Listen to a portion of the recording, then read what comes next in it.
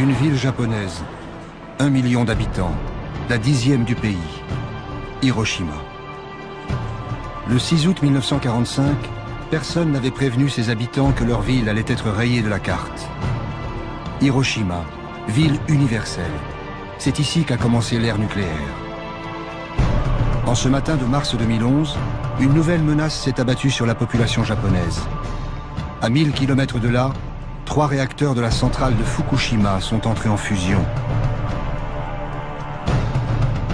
Un terrible tremblement de terre suivi d'un tsunami géant a ravagé le nord-est du Japon. De Hiroshima à Fukushima, qu'a-t-on vraiment appris sur le nucléaire? Qu'y a-t-il de commun entre les réfugiés d'un accident industriel et les victimes de l'acte de guerre le plus spectaculaire du XXe siècle? De Hiroshima à Fukushima, les experts ont minimisé les risques. Les politiques ont nié l'ampleur des désastres. Et les excuses des industriels n'y changent rien. Depuis plus de 65 ans, l'histoire de la bombe, du nucléaire, de cette puissance inouïe, est une longue histoire de secrets.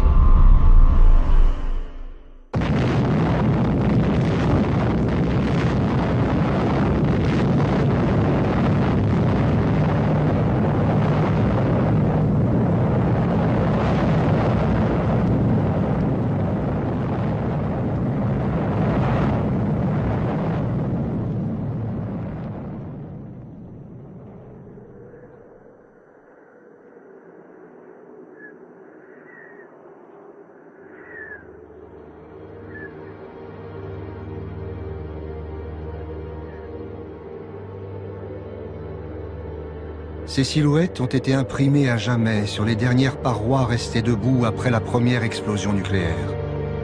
Dans un rayon de 200 mètres, les corps qui ne se sont pas volatilisés sont carbonisés.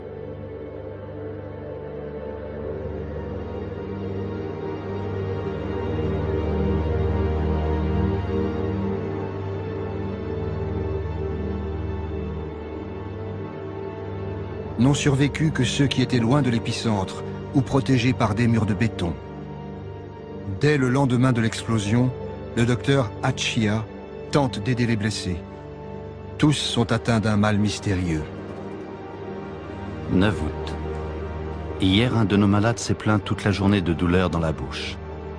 Aujourd'hui, de nombreuses petites hémorragies apparaissent dans sa bouche et sous sa peau. Quand cet homme est arrivé à l'hôpital, il se plaignait seulement d'une grande faiblesse. En apparence, il n'avait aucune blessure. Ce matin, d'autres malades commencent à avoir des hémorragies sous-cutanées auxquelles s'ajoutent des vomissements de sang. Pourtant, parmi eux, aucun ne présente de symptômes connus.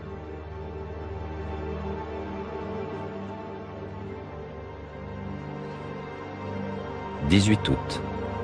Aujourd'hui, un nouveau symptôme a fait son apparition. De nombreux malades commencent à perdre leurs cheveux. Ils ont un vilain teint.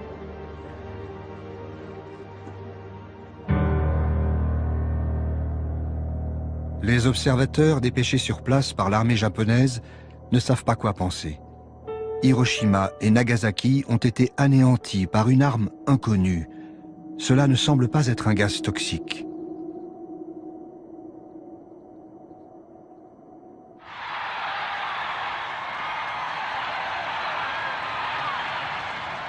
Aux États-Unis, chacun pense que les 2 bombes atomiques ont mis fin à la guerre.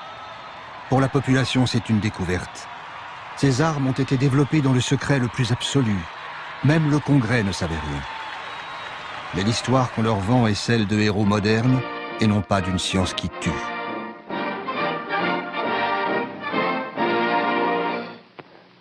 On July 16th, 1945, at Alamogordo, the atomic age was born. Minus 20 seconds. Doctors James Bryant Conant and Vannevar Bush were among the handful of spectators. Minus 5 seconds. Now!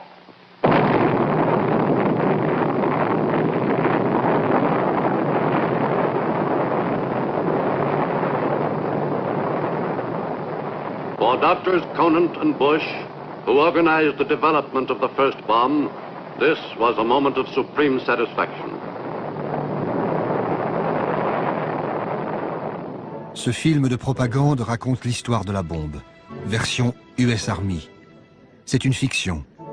Seuls les personnages sont réels. Il y a Leslie Groves, le militaire, chef du plus grand projet de l'Amérique en guerre, le projet Manhattan.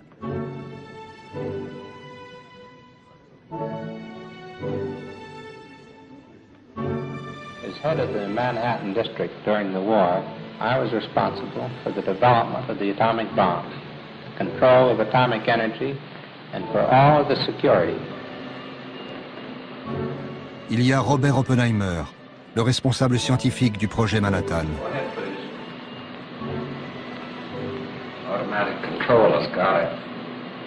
This time, Rob, the stakes are pretty high. It's going to work all right, Robert, and I'm sure we'll never be sorry for it. Well, we'll know in 40 seconds. Son obsession, c'est de savoir si la bombe sera efficace. Et il y a Bush, le politique, celui qui a rendu possible la bombe en créant l'alliance entre militaires, scientifiques et industriels, donnant ainsi naissance à ce qu'on appelle encore aujourd'hui le complexe militaro-industriel. De cette alliance naîtra la bombe atomique, une arme qui va changer le monde.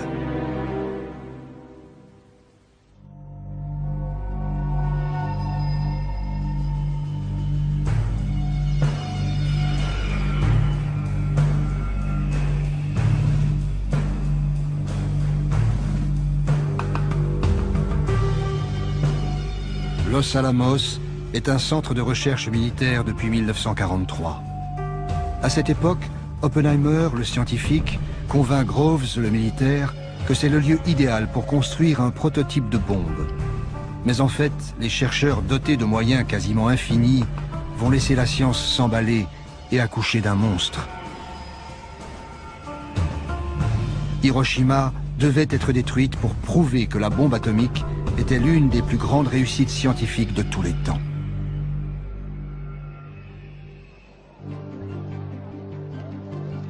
Tout a commencé lorsqu'en 1939, le célèbre physicien danois Niels Bohr se rend aux États-Unis pour une réunion à Princeton. Bohr est porteur d'une mauvaise nouvelle. Des chercheurs allemands auraient réussi la fission d'un noyau d'uranium. L'opération pourrait produire une énergie phénoménale. And the result, nuclear fission. But it is equivalent Dans le to milieu mass. scientifique, In the process la of nouvelle fission, fait l'effet a tiny fraction is left over. d'une bombe. What happens to it? It explodes as energy, proving Einstein's theory that mass and energy are really the same.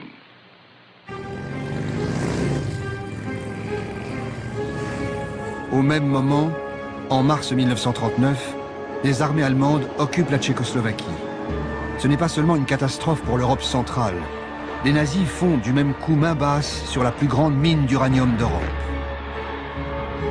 L'Allemagne dispose désormais de la matière première pour concevoir une réaction en chaîne par la fission nucléaire.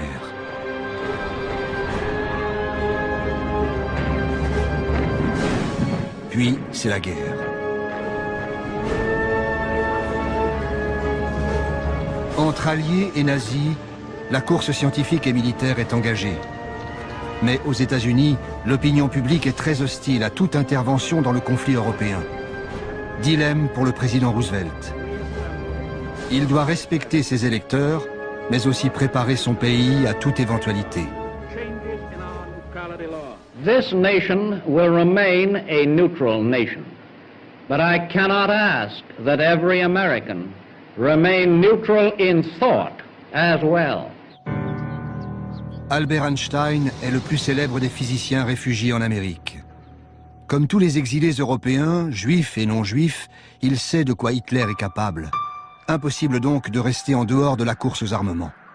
Poussé par le chercheur hongrois Szilard, il décide d'écrire au président des États-Unis. Grâce aux travaux de Joliot en France et ceux de Fermi et de Szilard en Amérique, il est devenu possible d'envisager une réaction nucléaire en chaîne dans une importante masse d'uranium, et ainsi générer de grandes quantités d'énergie et de nouveaux éléments de type radium. Cela pourrait aussi conduire à la fabrication de bombes. Une seule bombe de ce type, transportée en bateau et explosant dans un port, pourrait bien détruire le port tout entier et ses environs. À cette époque, ils ne sont qu'une poignée de chercheurs à avoir compris cet enjeu qui va changer le monde. Un ami d'Einstein transmet la lettre en main propre à la Maison-Blanche. Roosevelt réagit immédiatement.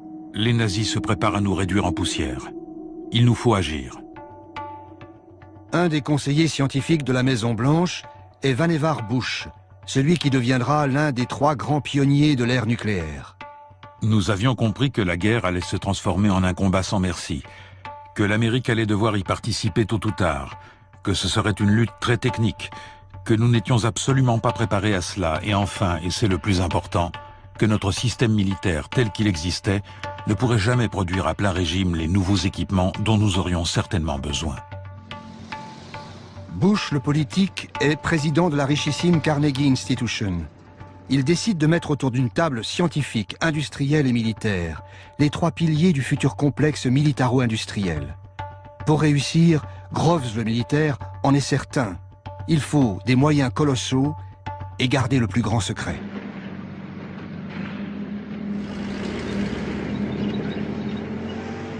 En Europe, les événements se bousculent. Durant l'été 1940, l'offensive éclair de la Wehrmacht met la Belgique et la France hors de combat en 6 semaines. La Grande-Bretagne se retrouve seule face à Hitler.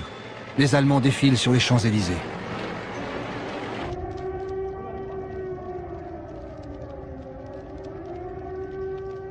Déjà, leurs avions visent Londres. C'est le Blitz.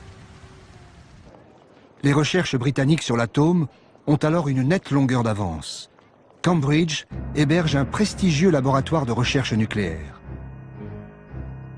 Churchill et le gouvernement britannique pensent que 3 ans suffiraient pour fabriquer une bombe atomique.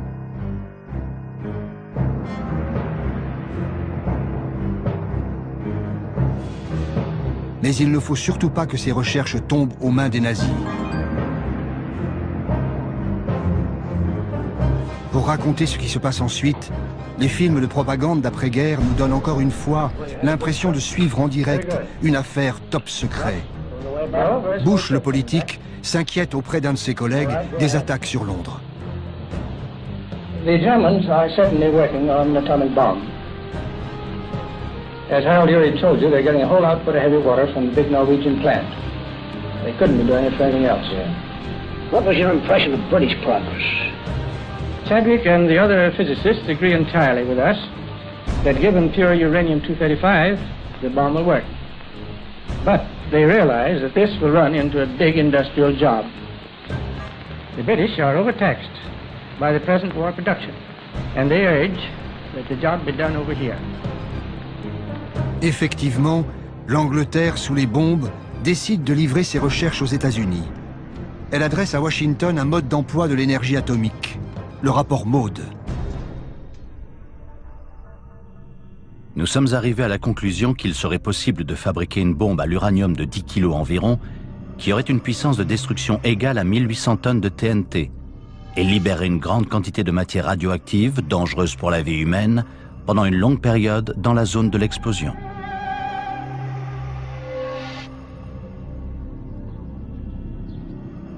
Face à cela, Roosevelt fait un choix politique. Bien que son pays reste farouchement isolationniste, il donne son feu vert pour construire des armes atomiques. Le programme nucléaire américain sera piloté au plus haut niveau de l'État, sans en référer au Congrès des États-Unis.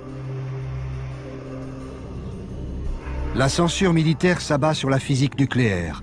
Elle disparaît des pages des revues scientifiques. Silence absolu. Sécurité oblige.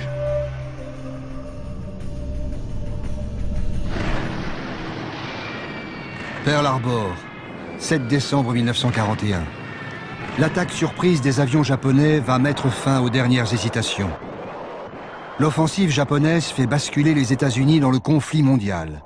Roosevelt peut enfin rejoindre ouvertement le camp des Alliés contre les puissances de l'Axe, Japon, Allemagne, Italie. Bientôt la guerre embrase le Pacifique et étend son emprise aux 5 continents. La machine militaire américaine avait été lancée pour fournir des armes aux Britanniques. Désormais, elle va tourner à plein régime pour ses propres besoins. Le siège de l'armée américaine, le Pentagone, vient justement d'être terminé. Le chef du projet, un militaire pragmatique, s'appelle Leslie Groves. En septembre 1942, on lui confie une autre mission ultra sensible, accélérer les recherches nucléaires contre l'Allemagne, nom de code, Projet Manhattan. D'autant que les premiers résultats arrivent. Les chercheurs ont isolé un nouvel élément, le plutonium, plus lourd que l'uranium et plus efficace pour fabriquer une bombe. Vu par les films de propagande d'après-guerre, tout cela paraît, à tort, bien inoffensif. Here it is, General Groves, plutonium. Well, that's the first I've ever seen. But after this, if you don't mind, I wish you'd hold something under it, because after all, there's about over $50 million in that, too.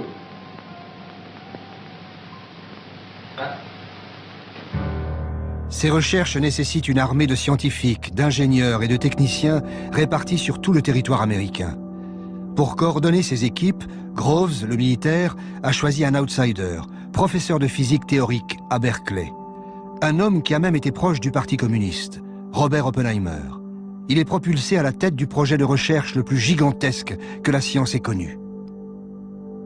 C'est un génie, un véritable génie. Il sait tout. Il peut parler de n'importe quel sujet. Enfin presque. Il y a 2 ou 3 choses dont il ne sait rien. Le sport, par exemple. L'autre priorité de Groves, c'est de trouver la matière première pour la future bombe.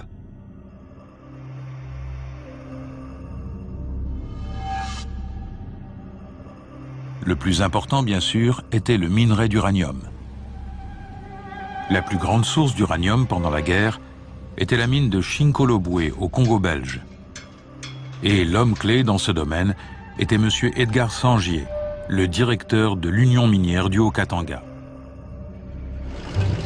Sangier est un industriel belge et un homme d'affaires prévoyant.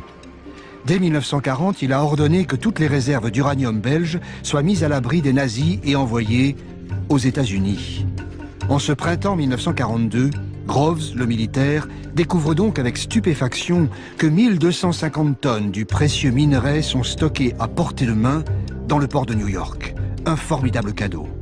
L'approvisionnement du projet Manhattan est maintenant assuré. Parallèlement, un changement essentiel se produit. Pendant l'été 1942, le Troisième Reich renonce à son programme nucléaire, sauf que les Alliés n'en sauront rien. Pour Albert Speer, devenu ministre de l'armement et de la production de guerre, les dirigeants nazis n'ont pas compris le bouleversement radical que signifiait l'arme atomique. Hitler m'avait quelquefois parlé de la possibilité d'une bombe nucléaire, mais cette idée dépassait ses capacités intellectuelles. Il était incapable de saisir le caractère révolutionnaire de la physique nucléaire. Sur la proposition des physiciens spécialistes du nucléaire, nous avons renoncé au projet de développement d'une bombe atomique. Après que j'ai, une fois de plus, demandé combien de temps il faudrait et que l'on m'ait répondu qu'il fallait compter au moins 3 à 4 ans. Berlin a des soucis bien plus pressants. Pour soutenir l'offensive sur le front russe, le Reich a besoin de pétrole, ressource bien plus vitale que l'uranium des mines tchèques. Et pour cela, Hitler regarde du côté du Caucase, vers Bakou et jusqu'à l'Iran.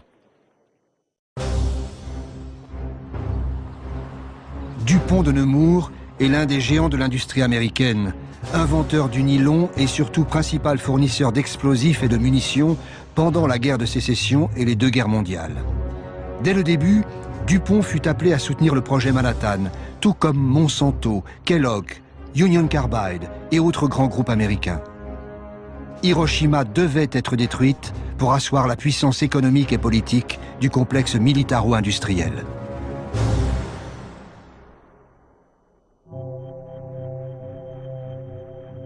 Deux mois après que l'Allemagne a arrêté son projet nucléaire, la salle de squash de l'Université de Chicago est devenue un gigantesque assemblage de graphite et d'oxyde d'uranium. C'est le prototype CP1, une pile nucléaire de 350 tonnes. Autrement dit, le tout premier réacteur atomique que les chercheurs alliés veulent tester au plus vite. L'expérience a lieu le 2 décembre 1942. Secret militaire oblige.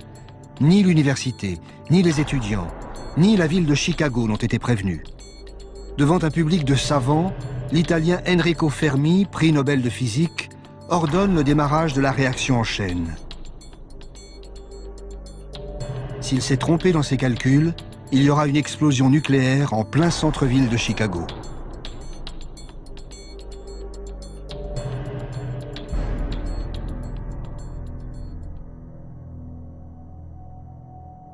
Tout se passe comme prévu. Pour la première fois de l'histoire, l'homme a réussi à maîtriser l'énergie nucléaire. Nous savions que nous étions sur le point de libérer un géant. Pourtant, en réalisant que nous l'avions réellement fait, nous éprouvâmes un sentiment étrange. Parmi les spectateurs, un autre homme est fasciné par l'expérience. Il s'appelle Crawford Greenwalt. Il est ingénieur chimiste chez Dupont de Nemours. La concentration de neutrons dans la pièce est montée bien au-delà des limites autorisées. Et les radiations gamma juste au-dessus des limites tolérables pour un être humain en l'espace de 24 heures. Le résultat de l'ensemble fut bien meilleur que ce qui était attendu. Et pour moi, ce fut une expérience saisissante. Greenwalt, l'industriel, assiste à l'expérience sur l'invitation du général Groves. Pour faire passer le projet Manhattan à sa phase industrielle, Groves a en effet besoin d'un conglomérat rompu à la confidentialité et capable de superviser des corps de métier qui vont manipuler d'importantes quantités d'uranium et de plutonium hautement radioactifs.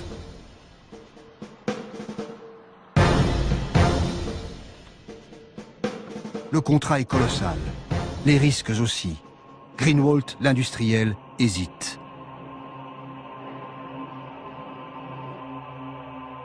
Pour ne pas se faire traiter de profiteur de guerre, Dupont signera finalement un contrat ne lui procurant qu'1 dollar symbolique de bénéfices par an.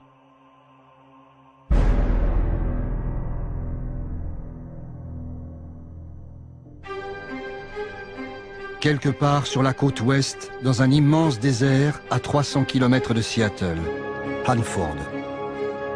La taille du site construit par Dupont de Nemours donne la mesure des besoins industriels phénoménaux. Le chantier s'étend sur 1500 km². En 9 mois, 85 000 ouvriers font surgir de terre 3 réacteurs nucléaires et une usine de purification d'eau capable d'alimenter une ville d'1 million d'habitants.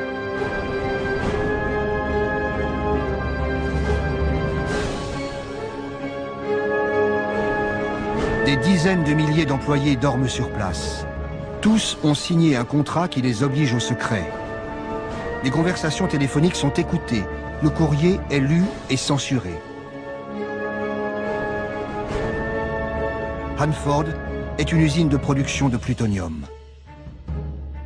Inquiet des effets des radiations pour ses troupes, Greenwalt, l'industriel, exige des garanties. Groves, le militaire, s'engage à ce que le gouvernement américain paye 10 millions de dollars par tête en cas de blessure, maladie ou décès. Une somme faramineuse pour l'époque.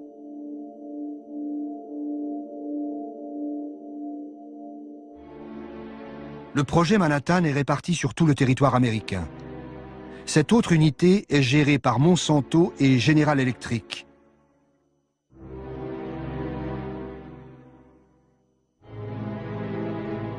On y produit l'uranium-235 et les autres matières premières nécessaires à la bombe. Il faut plusieurs tonnes d'uranium brut pour fabriquer 1 gramme de combustible nucléaire. Ici aussi, Groves a fait cloisonner au maximum les différentes étapes de la chaîne de fabrication pour garder le secret absolu. La plupart des employés ne découvriront qu'à la fin de la guerre sur quoi ils ont réellement travaillé. Tout cela, ainsi que les plans de la bombe, est consigné dans les carnets de Greenwalt, l'industriel. Ces carnets sont restés secrets militaires jusqu'en 1989.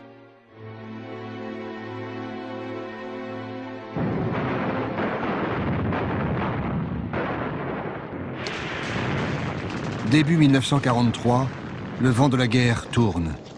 Sur le front européen, la déferlante allemande vers le Caucase a été stoppée net à Stalingrad. Épuisée par l'hiver russe, la 6e armée se rend aux soviétiques.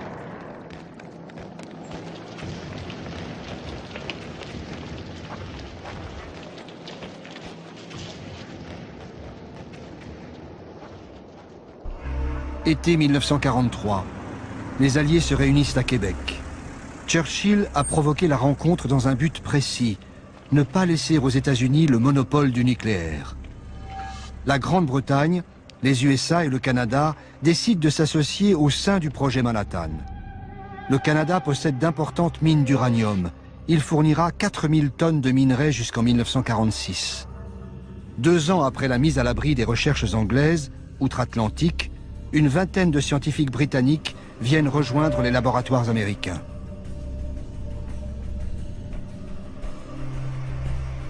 Les nouvelles recrues viennent immédiatement rejoindre les milliers de chercheurs, ingénieurs et techniciens qui travaillent sur le projet Manhattan. Los Alamos. C'est le 3e grand centre de recherche du projet Manhattan. On y vit sous haute sécurité, en famille, en vase clos. Moyenne d'âge, 27 ans. C'est dans ce lieu ultra sensible que convergent tous les matériaux produits sur les différents sites industriels. Ils vont permettre d'assembler les premières bombes atomiques. Parmi les scientifiques arrivés via Londres, il y a le matricule K22, Klaus Fuchs. Personne ne sait que ce jeune physicien allemand est un communiste à la solde de Moscou. La géopolitique s'installe dans le monde des scientifiques. Sur place, chercheurs et militaires se posent des questions très concrètes. Quelle arme construire? Des bombes de précision pour décimer la flotte ennemie? Ou plutôt une arme de destruction massive, comme l'écrit Oppenheimer, le scientifique, à son ami Enrico Fermi? Je souhaiterais vous entretenir de la question des aliments empoisonnés par des produits radioactifs. Je voudrais recommander un report du projet dans la mesure du possible. Je pense que nous ne devrions pas envisager de mener à bien ce projet si nous ne pouvons pas empoisonner assez de nourriture pour tuer 1 demi-million de personnes. Les chercheurs de Los Alamos penchent pour une bombe à effet massif. Mais surtout, ils veulent mieux connaître les effets de la radioactivité. Le 1er août 1944, un accident survient au bâtiment D de Los Alamos. La victime s'appelle Don Mastic, un jeune chimiste de 23 ans.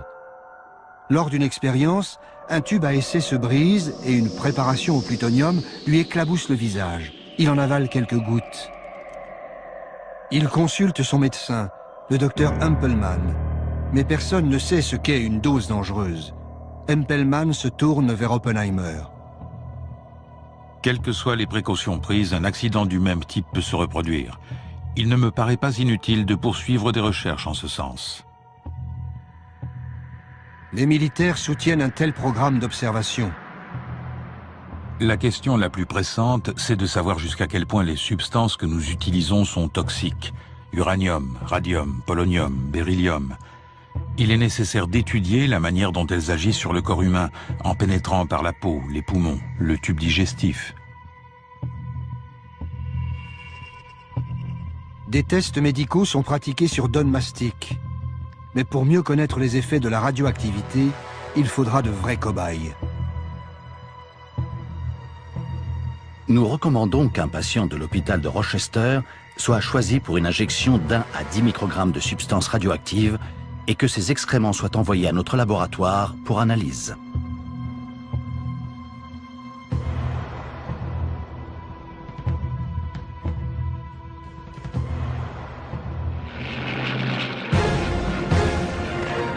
Au tournant de l'été 1944, loin des laboratoires américains, l'armée rouge fait son entrée en Pologne.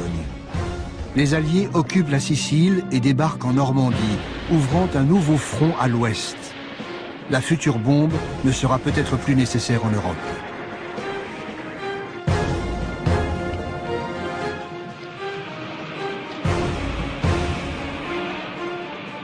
Dans le Pacifique, l'armada américaine se rapproche plus difficilement du Japon. En mer des Philippines, 128 000 Marines reprennent l'île de Saipan aux troupes de l'empereur. Puis l'état-major y établit ses premières bases aériennes.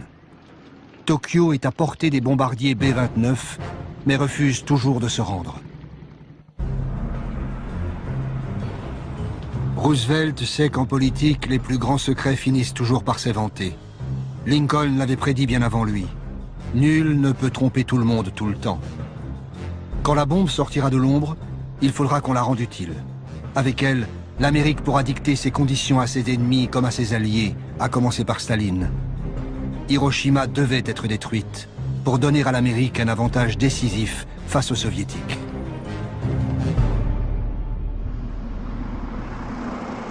À l'été 1944, Churchill et Roosevelt se retrouvent à Hyde Park, près de New York.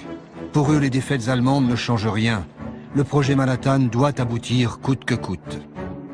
L'idée que le monde devrait être informé du programme de recherche nucléaire en vue d'un accord international concernant son contrôle et son utilisation est inacceptable. La question doit continuer d'être considérée comme un secret absolu. Mais lorsque la bombe sera finalement disponible, elle pourra peut-être, après mûre réflexion, être utilisée contre les Japonais, qui devront être prévenus qu'un tel bombardement sera renouvelé jusqu'à ce qu'ils capitulent. Plus d'un an avant les bombardements de Hiroshima et Nagasaki, les politiques confirment la cible désignée par les militaires. Ce sera le Japon. À l'automne 1944, en pleine débâcle allemande, le général Groves envoie une unité spéciale sur le front européen. À Strasbourg, elle fait une découverte cruciale cachée au sein de l'hôpital de la ville. Un laboratoire de physique allemand. Aussitôt, le scientifique de la troupe se met à compulser les archives. D'après les documents allemands, le programme nucléaire nazi a été interrompu 2 ans plus tôt. Les armes de destruction massive de Hitler, tellement redoutées par l'Amérique, n'ont jamais existé. Avec elles, s'évapore la menace qui a justifié le projet Manhattan. À la conférence de Yalta, Churchill et Roosevelt ne peuvent pas encore utiliser la carte de la bombe. Et les informateurs de Staline ne lui ont pas encore livré tous les secrets du projet Manhattan. Alliés et soviétiques commencent à se partager le monde avant que ne débute l'ère nucléaire. Staline est intéressé par des territoires chinois, occupés par les Japonais.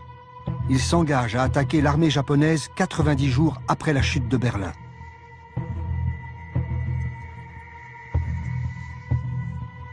Reste à savoir qui sera le premier à occuper l'archipel. Car Tokyo refuse toujours de capituler.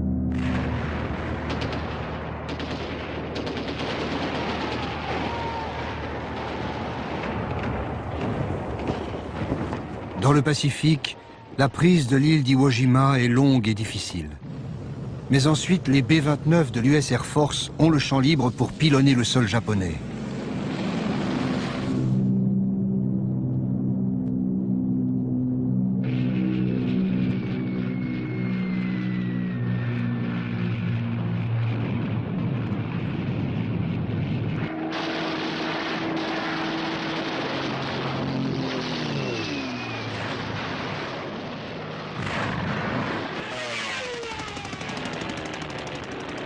Tokyo et la plupart des grandes villes de l'archipel subissent des raids incessants. Plus de 8 millions d'habitants sont déplacés. Dans la seule nuit du 9 mars 1945, un déluge de bombes incendiaires fait plus de 100 000 morts dans la capitale japonaise. Le pays est affamé, à court de vivres, de carburant et de munitions. Sa puissante marine est totalement anéantie. Les kamikazes se battent jusqu'au bout, dans des avions de fortune, sans essence pour le retour. Leurs sacrifices font croire que le Japon ne renoncera jamais.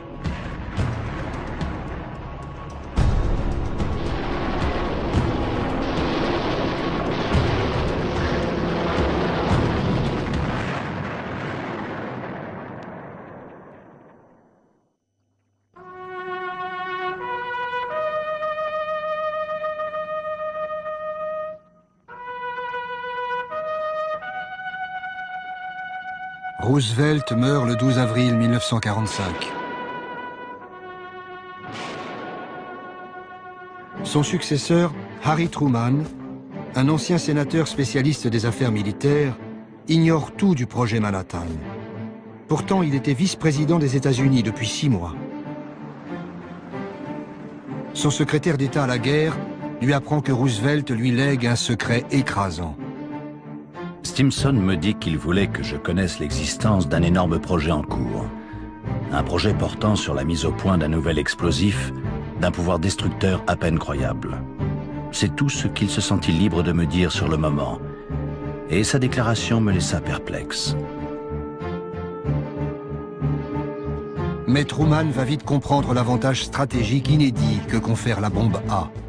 Son futur ministre des Affaires étrangères, James Burns, un proche de Roosevelt, en est persuadé. Burns m'a dit que l'arme pourrait être si puissante qu'elle serait potentiellement capable de balayer des villes entières et de tuer des gens à une échelle sans précédent. Et il a ajouté qu'il pensait que la bombe pourrait bien nous mettre en position de dicter nos conditions à la fin de la guerre. Le même Burns écrit le discours d'investiture de Truman. La perspective d'avoir bientôt l'arme suprême renforce l'intransigeance américaine. Both Germany and Japan can be certain, beyond any shadow of a doubt, that America will continue the fight for freedom until no vestige of resistance remains.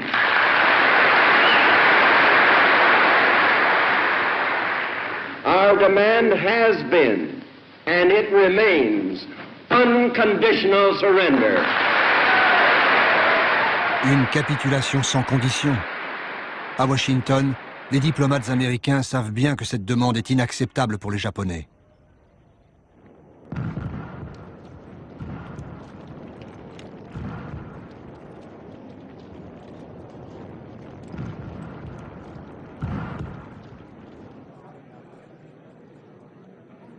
Le 8 mai, le monde apprend la capitulation de l'Allemagne. Berlin a été conquise par l'armée rouge. Les soviétiques ont aussi libéré Varsovie, Prague, Budapest et Sofia. Staline n'a pas l'intention de s'en retirer de sitôt. Conformément à l'accord secret de Yalta, Moscou se prépare maintenant à entrer en guerre contre le Japon. Les troupes soviétiques commencent à s'amasser en Mandchourie, au nord-est de la Chine.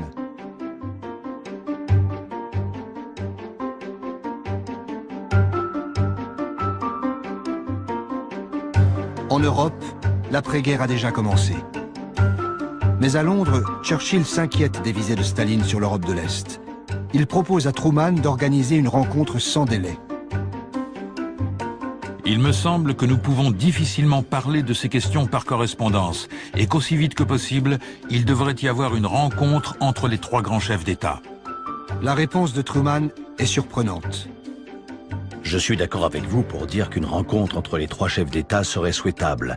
Cependant, en ce qui concerne la période, il me sera extrêmement difficile de m'absenter de Washington avant la fin de l'année fiscale, le 30 juin. Étonné par l'attentisme du nouveau président, alors que Staline bouge ses pions sur l'échiquier européen, Churchill insiste. Je pense que la rencontre devrait avoir lieu en juin et j'espère que votre année fiscale ne la retardera pas. Truman cherche à gagner du temps. Il fait savoir à Staline qu'il ne sera pas disponible avant le milieu du mois de juillet. Churchill est furieux. Je considère que la date du 15 juillet, je répète juillet, le mois qui suit le mois de juin, est beaucoup trop tardive pour aborder les questions urgentes qui demandent que nous les traitions ensemble. J'avais proposé le 15 juin, je répète juin, le mois qui précède le mois de juillet. Mais si ce n'est pas possible, pourquoi pas le 1er juillet, le 2 ou le 3 ? Truman finit par imposer sa volonté. La réunion se tiendra à Potsdam, près de Berlin, le 15 juillet. 15 juillet. C'est le jour qui a été choisi pour le premier essai d'une bombe au plutonium sur le site d'Alamo-Gordo. Truman veut connaître le résultat du test avant la rencontre de Potsdam.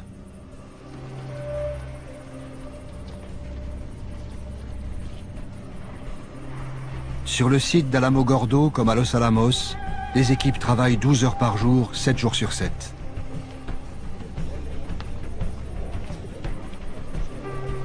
Oppenheimer raconte. Je ne pense pas qu'il y ait eu un moment où nous ayons travaillé plus dur pour aller plus vite que pendant la période entre la capitulation allemande et l'utilisation effective de la bombe. Nous subissions une pression incroyable pour avoir terminé avant la réunion de Potsdam.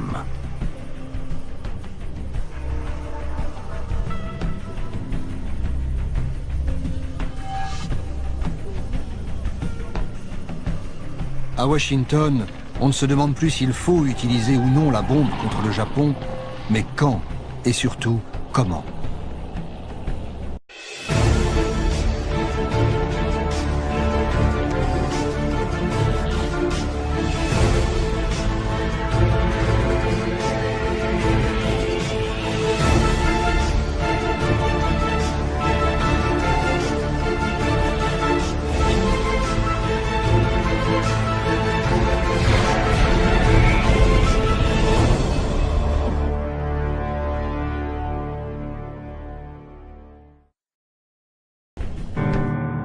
Les cibles ne devaient pas avoir été déjà détruites par les bombardements.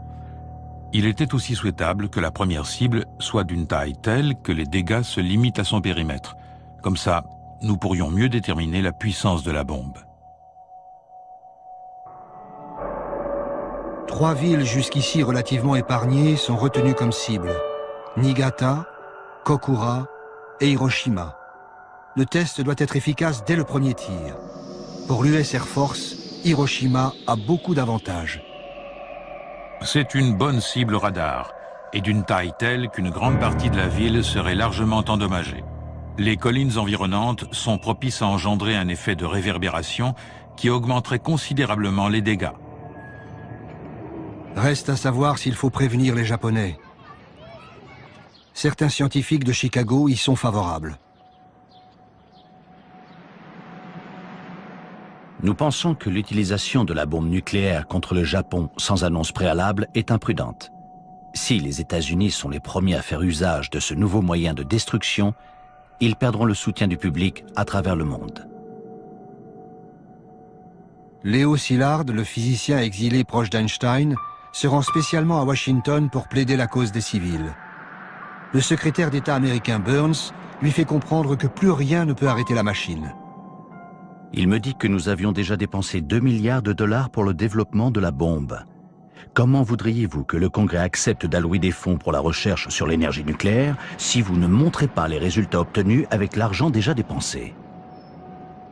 Le Congrès commence à s'interroger sur le montant énorme des dépenses non justifiées de l'armée de terre. Après 3 ans de secret absolu, la bombe doit apparaître au grand jour. Tant que la bombe n'aura pas servi contre une cible réelle, sa puissance restera invisible, incompréhensible. Nous ne pouvons proposer aucune démonstration technique susceptible de mettre un terme à la guerre. Nous ne voyons aucune alternative qu'une utilisation militaire directe. Les responsables politiques et scientifiques sont unanimes. Il faut utiliser la bombe. Un nouveau monde est en train de se dessiner. Le 1er juin 1945, le secrétaire d'État à la guerre le déclare devant les industriels et les scientifiques. Les implications du projet Manhattan vont bien au-delà de la guerre actuelle. Il faut maintenir intactes les installations industrielles existantes, constituer des stocks conséquents de matériaux à usage militaire et à usage industriel et technique, et enfin ouvrir la voie au développement industriel. L'Amérique prépare déjà l'avenir. La bombe atomique y jouera un rôle central. Et la perspective d'une industrie nucléaire à grande échelle commence à se profiler.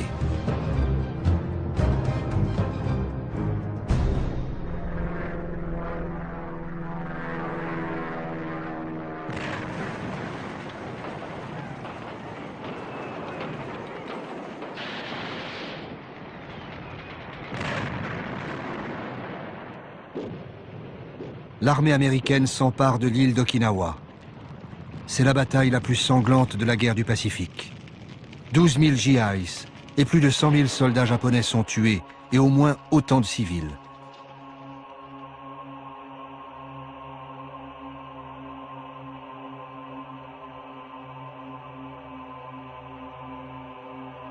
Okinawa, c'était le dernier rempart avant le débarquement des troupes américaines dans l'archipel japonais.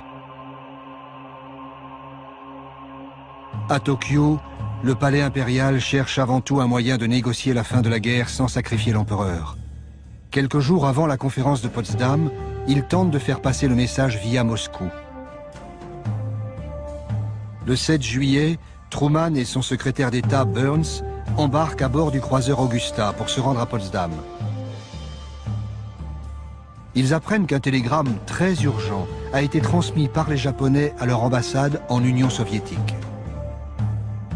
La première vraie preuve du désir des Japonais de mettre fin à la guerre est parvenue aujourd'hui sous la forme d'un message intercepté envoyé par le ministre des Affaires étrangères Togo à Sato, son ambassadeur à Moscou.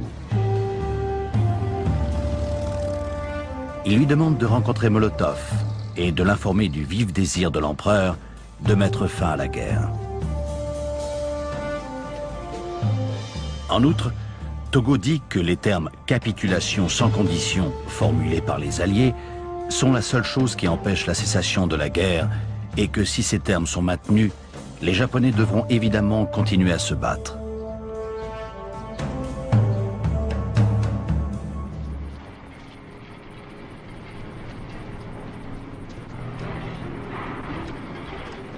Dans le désert du Nouveau-Mexique, le jour tant attendu est arrivé.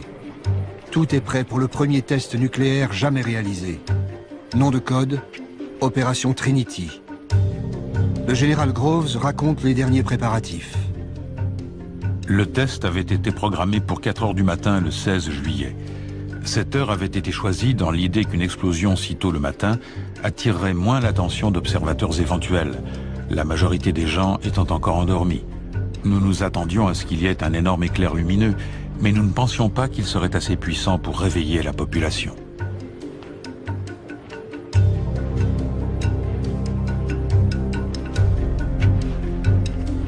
On l'appelle le gadget, une bombe à implosion contenant 6 kilos de plutonium.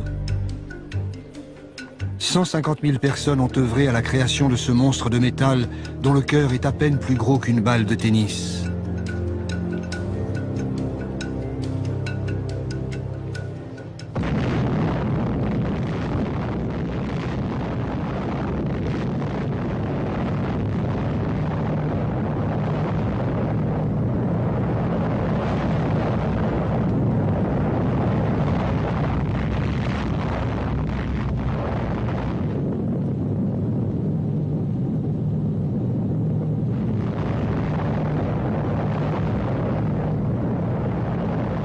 La boule lumineuse fut visible jusqu'à 300 km alentour.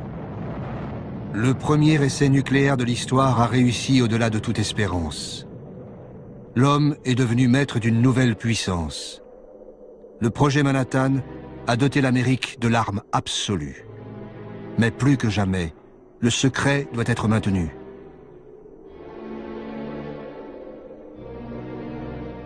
Groves, le militaire, fait diffuser un communiqué préparé à l'avance. Un dépôt de munitions situé aux confins d'Alamogordo, contenant une grande quantité de puissants explosifs et de matériel pyrotechnique, a explosé. L'accident n'a fait aucune victime et les dégâts matériels, en dehors de l'entrepôt lui-même, sont négligeables. Le communiqué officiel de Groves n'a rien à voir avec la réalité. Mais dès cette époque, il faut couper court aux interrogations de la population.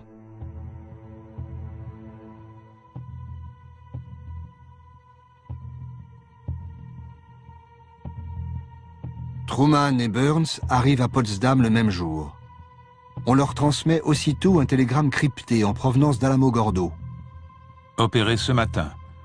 Diagnostic encore incomplet, mais les résultats semblent satisfaisants et dépassent déjà les prévisions. Lors de sa première rencontre avec Staline, Truman n'a pas encore compris tout ce que cela signifie. La conférence se poursuit. Comme promis, à Yalta, les Soviétiques interviendront contre le Japon à partir du 15 août. Mais les nouvelles qui affluent du Nouveau-Mexique, les heures et les jours suivants changent complètement la donne. Churchill note tout de suite un changement dans l'attitude des Américains. Il n'en comprend la cause que le lendemain, à la lecture du rapport complet du général Groves. Maintenant, je sais ce qui est arrivé à Truman hier. À la réunion, après avoir lu ce rapport, il était un autre homme. Il s'est mis à dicter aux Russes ses conditions et, plus généralement, il a pris la direction des débats. Le secrétaire d'État Burns raconte. Le président et moi n'étions pas pressés de voir les Russes entrer en guerre après l'annonce de la réussite de l'essai nucléaire. Pour Truman, la bombe atomique est devenue la carte maîtresse de la diplomatie américaine. Il écrit dans son journal le même jour. C'est certainement une bonne chose pour le monde que la bande à Hitler ou celle de Staline n'ait pas découvert la bombe atomique. Cela semble la chose la plus terrible jamais découverte, mais on peut en faire la plus utile. Truman n'a plus besoin de l'appui soviétique pour faire plier Tokyo. Mais encore faut-il pouvoir tester la bombe avant que le Japon, totalement encerclé, ne rende les armes. 2 jours après, Groves envoie un autre télégramme à Potsdam. Selon l'état de préparation du patient et les conditions atmosphériques, l'opération pourrait avoir lieu à n'importe quel moment, à partir du 1er août. Le compte à rebours est enclenché. L'ordre de lâchage de la bombe est transmis le 25 juillet aux forces aériennes stratégiques pour le Pacifique.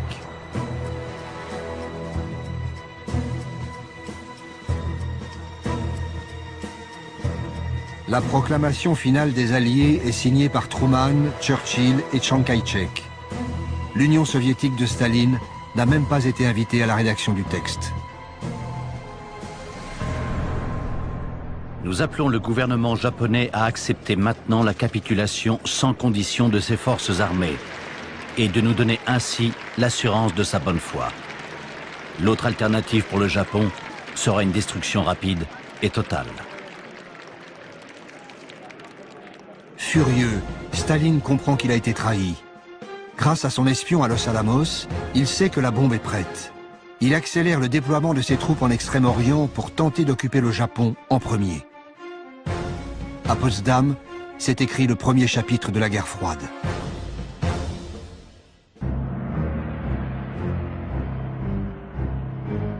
La découverte d'armes nouvelles est le propre de l'art militaire, resté dans le plus grand secret aussi. La légende veut cependant que le largage de 2 bombes atomiques ait permis de sauver la vie de millions de GIs et de civils en écourtant la guerre. En fait, Hiroshima devait être détruite pour exposer au monde la surpuissance de l'arsenal américain.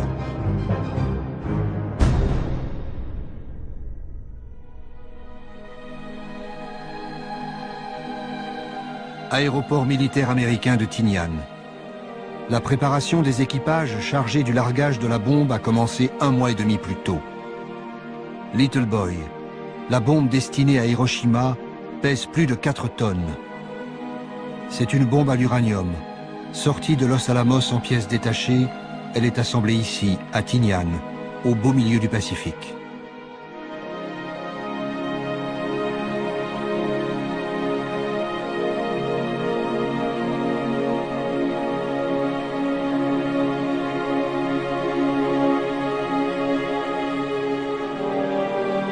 Un bombardier B-29 est aménagé pour recevoir la bombe.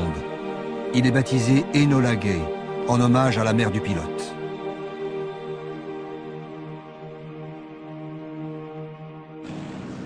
« 6 août 1945. Le largage de la bombe doit être fait à vue, non au radar, pour plus de précision. 3 avions éclaireurs sont partis étudier la météo des 3 cibles potentielles. Il y a des nuages au-dessus de Kokura. Niigata s'avère trop loin vu le surpoids de la bombe. À Hiroshima, le ciel est clair. La ville est choisie pour cible. Little Boy est larguée à plus de 9000 mètres d'altitude. Elle explose une quarantaine de secondes plus tard, à 600 mètres au-dessus de Hiroshima.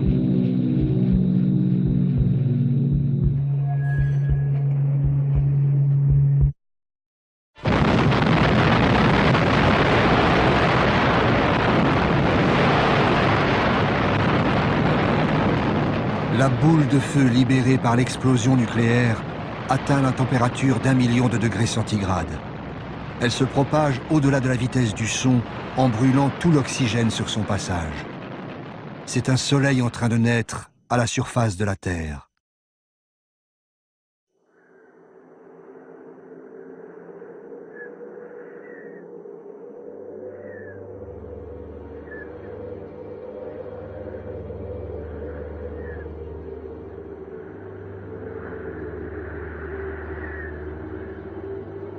« 6 août. Soudain, il y a un éclair, puis un autre. Ombre et reflet, tout a disparu. Il n'y a plus qu'un nuage de poussière au milieu duquel je n'aperçois qu'une colonne de bois qui supportait ma maison. Hiroshima, 8h15. Le docteur Hachiya se préparait à partir pour l'hôpital. Il note ces phrases dans son journal le jour même de l'explosion. Instinctivement, je me mets à courir, ou du moins j'essaie. Inutilement. Des poutres jonchent le sol. Je me sens extraordinairement faible. Je dois m'arrêter pour reprendre des forces. C'est là que je m'aperçois que je suis complètement nu. Où sont passés mon pantalon et mon maillot? Je regarde mon côté droit, il est tout ensanglanté. J'ai également une blessure à la cuisse. Quelque chose de chaud coule dans ma bouche. Ma joue est déchirée. Le souffle de l'explosion a été d'une puissance inouïe. En un instant, une seule bombe à uranium a rayé de la carte une ville de 350 000 habitants. 4 km² réduits en cendres. Les maisons ont brûlé. Le fer s'est tordu sous la chaleur. Tout se passe comme dans un mauvais rêve. Je vois venir des ombres, des espèces de fantômes qui marchent les bras écartés. Je me demande pourquoi. Tout à coup, je comprends qu'ils sont brûlés et qu'ils se tiennent les bras écartés pour éviter le contact avec leur propre peau. L'explosion a tué 70 000 personnes. 70 000 autres seront emportés par les effets de l'irradiation dans les mois suivants. 200 000 habitants ont survécu. Ce sont les Hibakusha, les irradiés de la bombe atomique.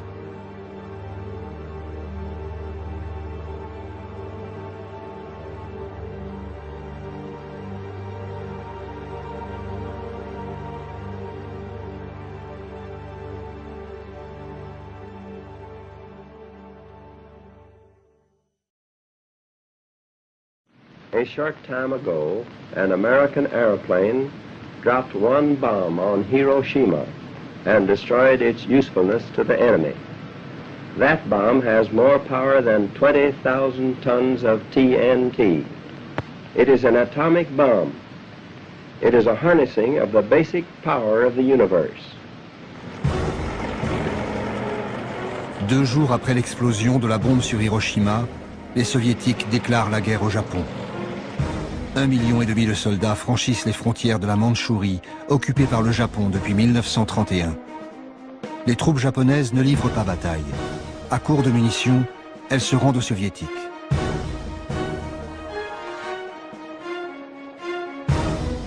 À la base de Tinian, la deuxième bombe est fin prête. Fat Man est de conception très différente de Little Boy. C'est une bombe au plutonium comme le gadget de Trinity.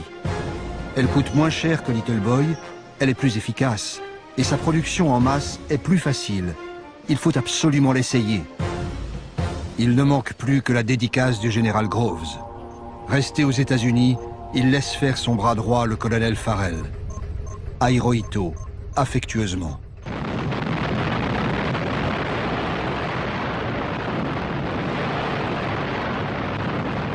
« 9 août, 11 heures passées de quelques minutes. Depuis un B-29, un caméraman filme le champignon atomique au-dessus de Nagasaki. L'avion transporte aussi une cargaison de scientifiques venus observer l'explosion. De retour à la base, l'équipage baptisera le bombardier Necessary Evil. Pour l'histoire, la bombe nucléaire devient un mal nécessaire.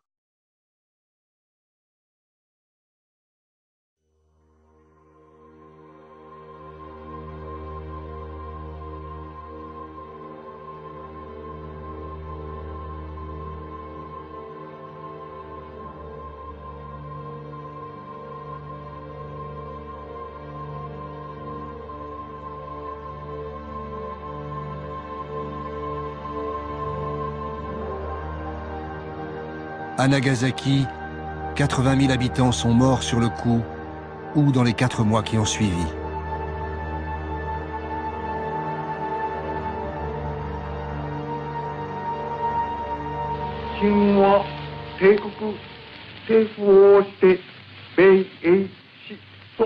国に対しその共同宣言を受諾する旨通告せしめたり。Le 15 août 1945, le peuple japonais entend la voix de l'empereur pour la première fois. Cette voix leur apprend la capitulation de leur pays. Le palais impérial n'a pas seulement plié face à la bombe. À ses yeux, Tokyo fait face à un péril bien plus grand. L'armée rouge progresse vers le nord de l'archipel.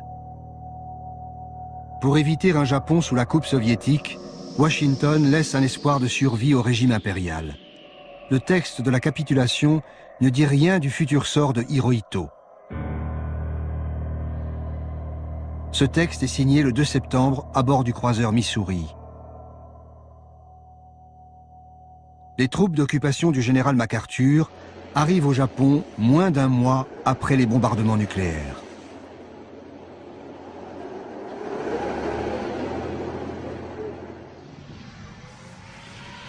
Mais les premiers étrangers à se rendre à Hiroshima et Nagasaki sont des journalistes. L'Australien Peter Burchett est épouvanté par les symptômes dont souffrent les rescapés. À Hiroshima, 30 jours après la première explosion atomique qui a totalement détruit une ville et stupéfié le monde, des habitants qui n'ont pas été touchés directement par la déflagration souffrent atrocement et continuent à mourir pour des raisons encore inconnues, dont on peut seulement dire qu'il s'agit d'une peste atomique. Aussitôt, l'armée contre-attaque. Le colonel Farrell, bras droit de Groves au Japon, convoque le journaliste et fait publier un ferme démenti. À Hiroshima, ceux qui devaient mourir sont morts. Actuellement, au début du mois de septembre, il n'y a plus personne qui souffre des effets de la radioactivité. Farrell se rend à l'hôpital de Hiroshima. Le personnel médical l'assaille de questions. Mi-septembre, il conseille à son patron, Groves, d'étendre les opérations d'apaisement. Hier, à Hiroshima, nous avons rencontré les médecins japonais. Le professeur Tsuzuki nous a interrogés. Il se demandait si l'explosion n'avait pas libéré des gaz toxiques. Pour couper court à ces suppositions, nous avons formellement répondu qu'il n'y avait pas eu utilisation de gaz toxiques. Nous rendons publique cette information. Il serait souhaitable que vous en fassiez de même auprès des Alliés. La machine de propagande se met en marche. Il faut rassurer tout le monde au moment où les troupes américaines s'installent dans le pays. Aux États-Unis, l'opération de propagande porte également ses fruits. Les responsables du projet Manhattan réussissent à vendre à la presse la prouesse technologique de Los Alamos. Dès le 11 septembre 1945, Groves, le militaire, et Robert Oppenheimer, le scientifique, organisent un voyage de presse au Ground Zero du Nouveau-Mexique.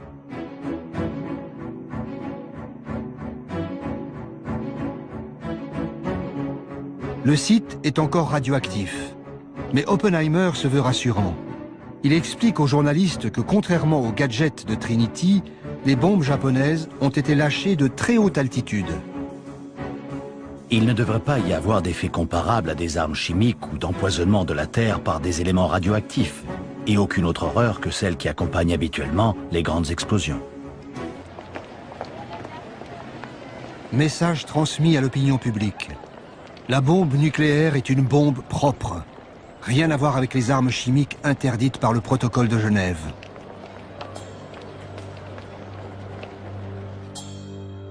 Pendant ce temps, au Japon, d'autres militaires arrivent pour filmer et analyser les effets de la nouvelle arme.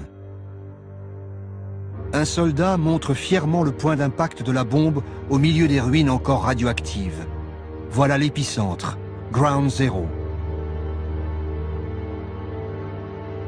D'autres désignent aux caméras les traces laissées par le souffle nucléaire. Ils étudient soigneusement la propagation des rayons brûlants et leur empreinte sur les édifices.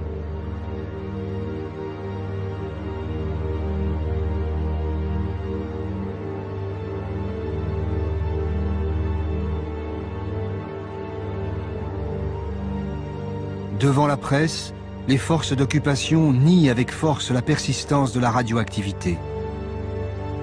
Au même moment, des observateurs américains continuent de la mesurer méticuleusement.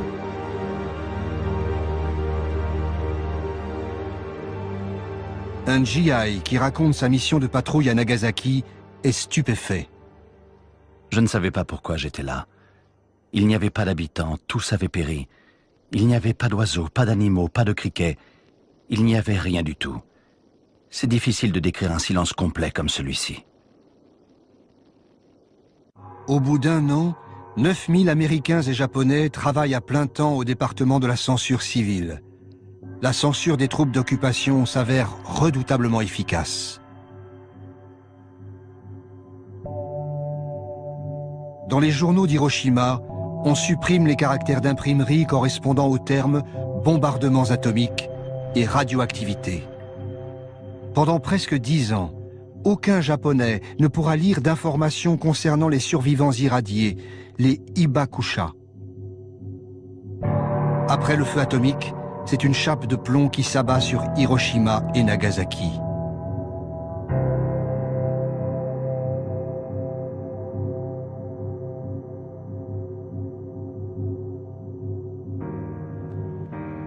Tous les documents censurés pendant des années sont conservés ici, à l'Université du Maryland, près de Washington. Des dizaines de milliers de livres, de journaux et d'affiches. Face aux officiers américains qui protestent contre le poids de cette censure, le général MacArthur se montrera toujours intraitable. C'est une propagande fausse et pernicieuse qui vise à donner l'impression qu'une forme de censure arbitraire et cynique aurait été instaurée. Après avoir muselé la presse, il reste une autre opération plus délicate à mener, la désinformation sur les effets de la bombe. En novembre 1945, le Congrès américain ouvre une commission d'enquête sur le développement de l'atome et son contrôle. Groves poursuit son opération de légitimation devant les sénateurs. The casualties which would have resulted from an invasion of the Japanese home islands would have been tremendous. Churchill placed them at over 1 million Americans. The atomic bomb made it impossible for the Japanese to continue the war, despite their determination to fight to the bitter end. And in that fighting, they would have taken with them tens of thousands of Americans. Groves joue avec les chiffres. La bombe a-t-elle préservé quelques dizaines de milliers ou 1 million de vies américaines? Peu importe. Ce qui compte, c'est de défendre la doctrine du mal nécessaire, en direct devant les parlementaires. De même, sur la question sensible des radiations résiduelles, Groves s'en tient à une ligne officielle qui ne s'embarrasse pas de nuances. Il n'y en a pas, et c'est un nom très ferme. Sauf au moment même de l'explosion, il n'y a pas eu de dommages radioactifs. Cela n'a duré qu'un instant. Un sénateur lui demande s'il existe un antidote aux radiations. Groves répond: les dommages radioactifs sont de plusieurs types. Si l'irradiation est assez forte, la mort est immédiate. Une dose moins forte peut entraîner une mort différée, mais les médecins disent que la souffrance est supportable. C'est même une manière très agréable de mourir. Ceux qui sont seulement légèrement irradiés peuvent guérir avec le temps. S'agit-il d'une question de soins ou de temps? Demande le sénateur. C'est une question de temps.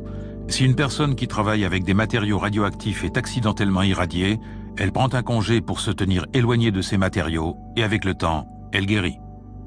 Au final, les sénateurs se rangent derrière Groves, le militaire. Leur objectif est le même: rassurer l'opinion publique sur le développement nucléaire appelé à un avenir radieux. Chez les militaires, l'unanimité de façade sur les bienfaits de la bombe n'a jamais été totale. À peine 2 jours après le bombardement de Nagasaki, l'homme qui a transmis l'ordre de largage de la bombe, le général Spaatz, notait déjà dans son carnet personnel: quand la bombe atomique avait été discutée à Washington en ma présence, je n'y étais pas favorable. De même que je n'ai jamais été favorable à la destruction de villes entières et à l'anéantissement de tous leurs habitants. Le même jour, l'ancien président Herbert Hoover confiait au secrétaire à la guerre Stimson: l'utilisation de la bombe atomique et la mise à mort aveugle de femmes et d'enfants révoltent mon âme.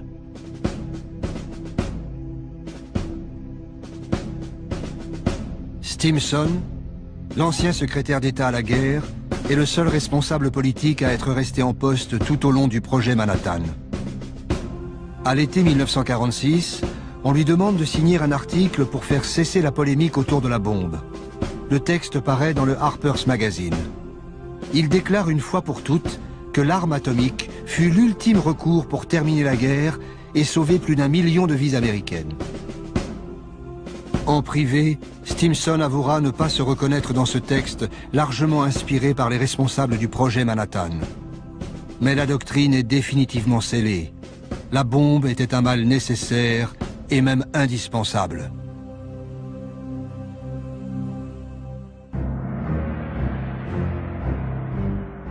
New York. Un congrès réunit scientifiques, industriels et militaires à propos de l'avenir de l'atome. En cette fin de l'année 1945, les hommes de l'ombre qui ont pensé la bombe se félicitent en public. Et ils commencent à préparer l'avenir. We're going to talk about the future and not the past. You've all heard a great deal about what made the Manhattan Project a success, but you're looking now up here at this table at a group of men who haven't been featured in the public press or in addresses or anything of that kind. They represent, and they were the leaders in their particular companies. They represent Carbide and DuPont and Kellex and Monsanto and Tennessee Eastman. And those men did the industrial job that made the Manhattan Project a feasible, practical result instead of something that we were still struggling with. I think you should all remember that.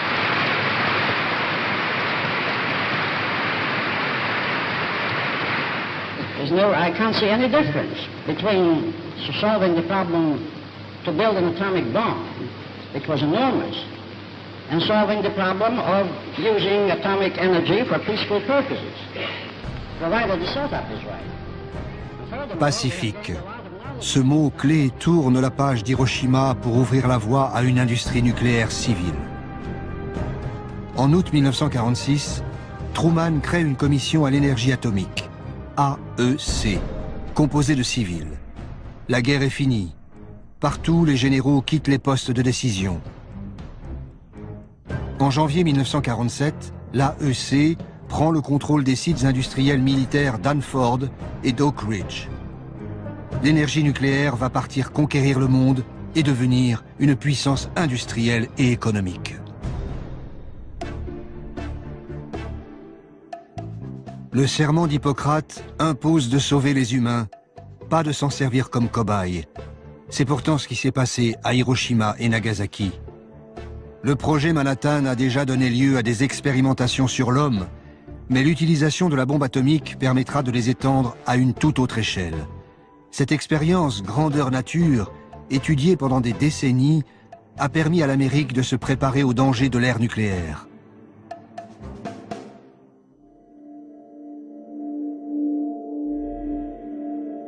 Pour bien comprendre ce secret, il faut revenir au début du projet Manhattan. Les scientifiques, mais aussi les industriels, s'inquiètent très tôt des effets de la radioactivité sur le corps humain. Ils réclament des expériences concrètes. Le jeune scientifique, qui avait avalé du plutonium, n'est que le premier d'une longue série. Les médecins radiologues veulent connaître la dose limite de radiation dans le corps. Enfin, en avril 1945, le jour de la première expérimentation sur le corps humain est arrivé. Cela nous a permis de vérifier précisément les données de laboratoire. Des malades sont choisis dans différents hôpitaux. Chacun reçoit un numéro précédé des initiales HP pour Human Product, soit produit humain. La décision a été prise délibérément de ne pas informer les patients de la nature du produit inoculé. Des seringues spéciales en plomb sont conçues pour injecter des doses de plutonium d'environ 5 microgrammes. Les résultats confirment ceux des tests sur les animaux. Ils sont sans surprise. Le plutonium, 30 fois plus toxique que le radium, est un puissant cancérigène. 3 patients sont testés en avril 1945, 11 autres à partir de septembre, après la fin de la guerre. À ce moment, le responsable du projet Produit humain vient d'arriver à Nagasaki. C'est le docteur Warren, le médecin-chef du projet Manhattan. Warren n'est pas venu soulager les victimes ou partager avec les médecins japonais les connaissances accumulées aux États-Unis par ses équipes. Il est venu étudier les effets du plutonium sur les irradiés des bombes atomiques. Toutes les informations sont transmises aux États-Unis.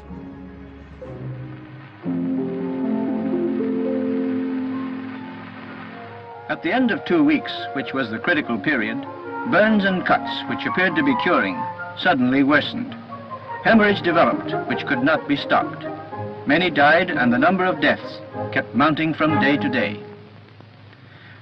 Purpura appeared on the upper half of the body in a majority of cases, and as it spread to all parts of the body, the condition of the victim became worse.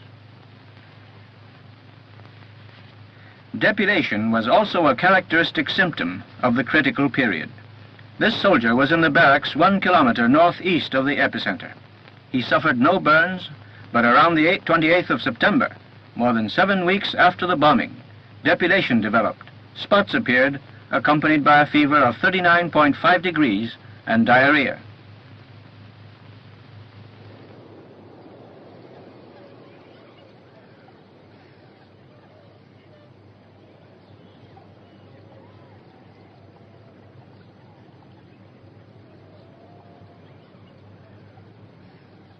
Les assistants de Warren recueillent des dossiers médicaux, saisissent des échantillons, filment l'évolution des symptômes. Ils enquêtent sur chaque patient pour savoir où et comment ils ont reçu la bombe atomique, la gravité de leur brûlure. Tout cela est soigneusement rassemblé, puis classé secret défense. Un médecin japonais, le docteur Hida, témoigne. Le directeur de l'hôpital nous communiqua un ordre du ministère de la Santé que nous devions tous respecter, patients aussi bien qu'employés. Les dommages provoqués par les bombardements sur Hiroshima et Nagasaki sont un secret militaire américain. Personne ne doit communiquer ce qu'il a vu, entendu ou ce qu'il sait sur la réalité de ces dommages, ni par la parole, ni par l'écrit, ni par le dessin, ni par la photo. Les contrevenants seront punis.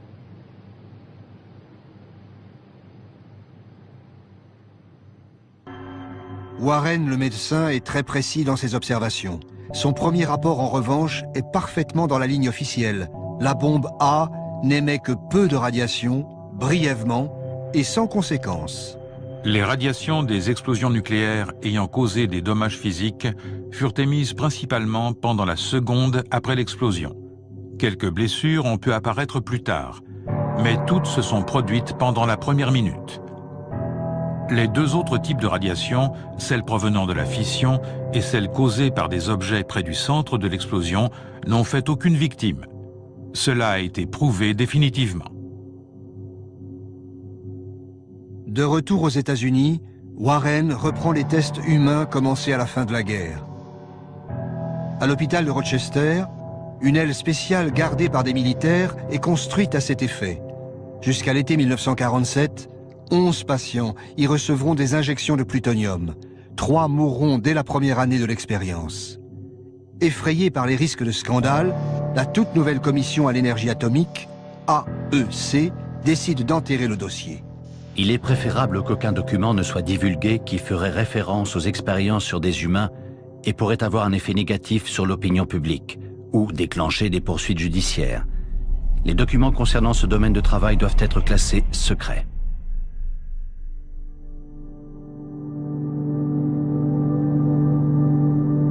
Aux États-Unis, on s'interroge sur l'éthique médicale, tandis qu'à Hiroshima et Nagasaki débute une grande enquête sur les radiations. Le nouveau secrétaire d'État à la Marine presse Truman d'exploiter les données scientifiques recueillies à Hiroshima et Nagasaki. Les résultats provisoires de l'enquête montrent qu'environ 14 000 Japonais ont été irradiés par l'explosion nucléaire. L'étude de ces personnes et des autres habitants est une occasion unique et très importante pour les Alliés de pouvoir mener des recherches médicales et biologiques sur l'influence de la radioactivité.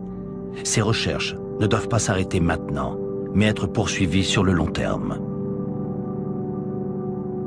Une occasion unique. Peu après, Truman ordonne la mise en place d'une commission sur les dommages de la bombe atomique. L'ABCC. Elle s'installe à Hiroshima et Nagasaki. Avec l'aide du ministère de la Santé japonais, l'ABCC reprend le travail du docteur Warren à grande échelle. Étudier sur le long terme l'influence des radiations sur les victimes de la bombe. À nouveau, les survivants sont forcés de collaborer pour les enquêtes médicales sans jamais être soignés. À nouveau, les informations recueillies sont classées, compilées, archivées et expédiées aux États-Unis. C'est ainsi que l'Amérique se prépare à affronter les nouveaux dangers de l'ère nucléaire. Les banques de données médicales de l'ABCC sont restées secret défense jusqu'en 1975. En 1973, un rapport confidentiel de l'ABCC expliquait la portée vitale de ces travaux pour les générations futures. Pour les personnes concernées par la protection contre les radiations, les conséquences à long terme des bombes atomiques sont importantes et utiles. Les observations sur le cancer, le vieillissement accéléré, les changements cytogénétiques et les mutations chez les descendants doivent se poursuivre au moins toute la durée de vie des survivants. Ces connaissances sont applicables aux futures politiques de santé dans les nations où les catastrophes radioactives seront un effet indirect du progrès. Le progrès, le mot est lâché. Il sera le leitmotiv des 30 Glorieuses et de la guerre froide. Le progrès à tout prix, sans demander l'avis des peuples. Et le paroxysme du progrès, c'est le nucléaire.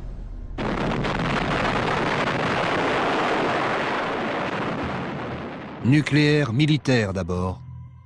Dès la fin des années 40, la course aux armements est lancée à vitesse exponentielle. L'URSS s'y jette tout de suite pour rattraper son grand rival, puis viendront la France, la Chine, et ceux qui feront cette course en secret, Israël, l'Inde, le Pakistan. L'arsenal mondial devient un monstre incontrôlable.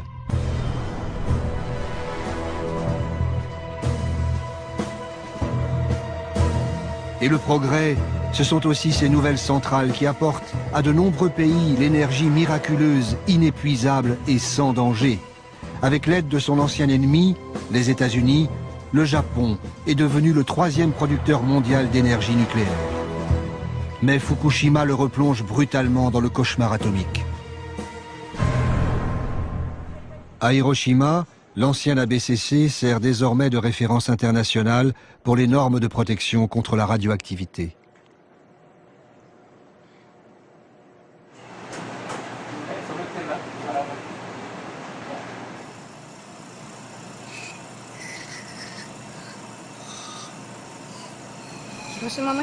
Personne n'avait imaginé que les irradiés de Hiroshima auraient des leucémies, des saignements de gencives ou des taches sur la peau.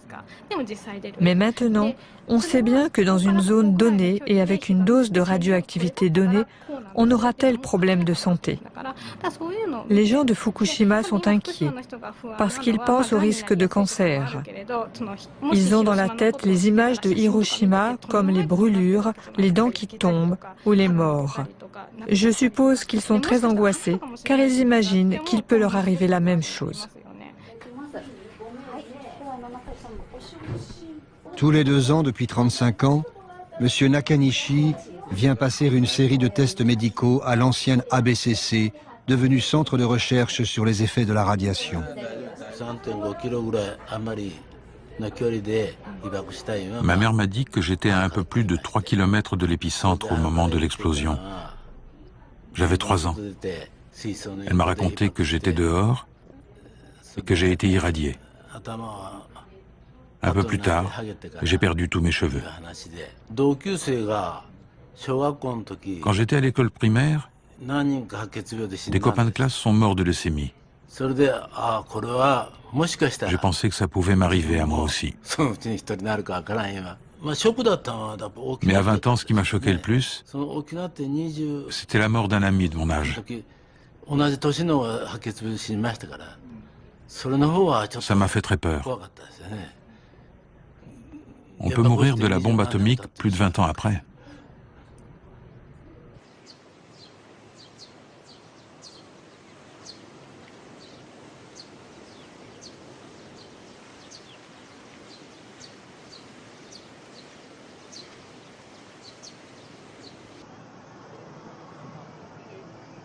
Chaque année, le 6 août, les habitants de Hiroshima commémorent le jour où le monde est entré dans l'ère nucléaire.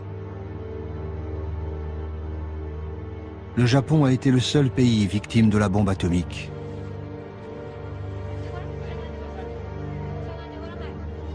À Hiroshima, comme à Nagasaki, des lanternes en papier sont déposées sur l'eau de la rivière pour apaiser les âmes des disparus.